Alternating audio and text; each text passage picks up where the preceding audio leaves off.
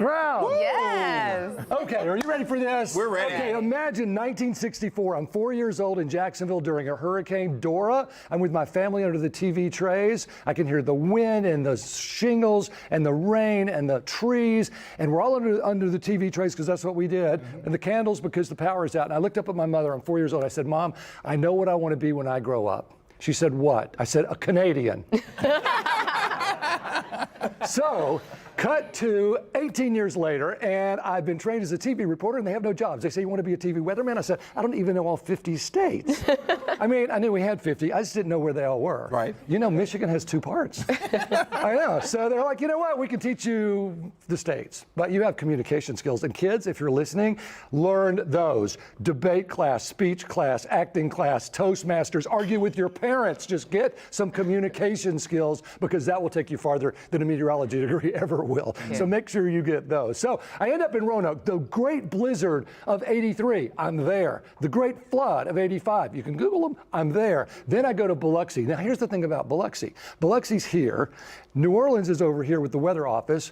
Mobile is over here with the weather office. Jackson's up here with the weather.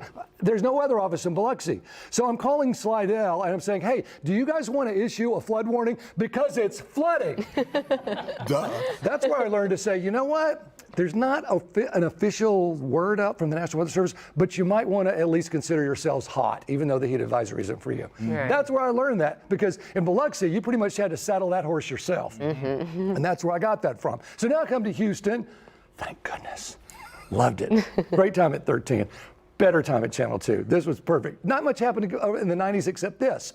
I'm up against Dr. Neil Frank at 11, Ed Brandon at 13, and I'm filling Doug Johnson's shoes. So I had to be important, right? So I'm doing humidity and barometric pressure and the humiture and the heat index. And my boss, Nancy Shaffron, says, what's the humiture and the heat index? I said, well, you know, like the humidity and the temperature. And she said, okay, what is that? I said, well, it's like, you know, it's what it feels like outside. She said, what it feels like outside? I said, yeah. She said, call it that. And that's what we started calling it feels like. And I guarantee you, I'm the first weatherman to do that because the Weather Service still won't say that. It's a Frankism. They won't call it the feels like. They still call it the heat index. But you know what? Feels like has gone all around the world. I know. The power of consultants. So there you go. So we got into, of course, Tropical Storm Allison and the big ones. And then, of course, there was Katrina, and a lot of people came to Houston. 3 weeks later, we went from the Katrina, the K storm, to Rita, the R storm. So, of course, everyone was psychologically. That's when I started to learn the psychology of weather and how people are really affected. And I've gotten a lot of your emails saying, you calm us down. That's where I learned that. That's when we all knew we had to learn how to be calm in the face of these kinds of storms. And yes, I did say Rita was going to miss us. And I know it's on the internet that says I didn't, but I did. I did, didn't I? Erica was here. Take that credit. You know how I knew? The fishermen. You know what? You look at every barometric pressure across the Gulf Coast, and the fishermen will tell you wherever the lowest barometric pressure is, that's where the storm is going to go. Beaumont had the lowest. I said, you know what? I think it's going to miss us. And it went to Sabine Pass. Always follow the fishermen. They're smarter than we are.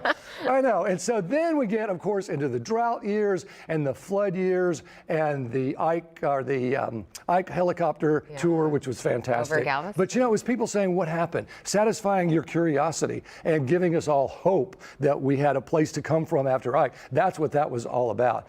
Look, I've been through them all with you. I have a great team I'm leaving with you. Anthony Giannis' first day was Claudette. In 2003 when he came here. Justin was here for a hot cup of coffee and was facing the Memorial Day storms. Caroline was here a couple of months and she was in the tornado above Pasadena telling everybody what was going on. A great team. And I have to tell you this, that after 60 years, I'm still not a Canadian, but I'm a Texan. And I'm a Houstonian, and I'm going to be for the rest of my life. And we want to toast you. It's time to toast you. Let everyone glasses up, please. God bless you. God bless America. God bless Texas. Yes. Anybody have champagne? Right this is for you. Yes. This is for you. We want to toast you, Frank. One of the best I've seen do it. We also want to toast other retirees from KPRC 2 tonight. Almost 400 years of collective service. My goodness. We wish them all the best of luck. You are our TV family, Jody. We love you. You are our TV family. You always have a home here at KPRC 2. There's Murray and there's Harry. In the middle. All right, we love you guys. Best of luck. Thank you, everyone, for coming. Thank you, guys. And thank you at home for joining us tonight. All of you. Happy retirement.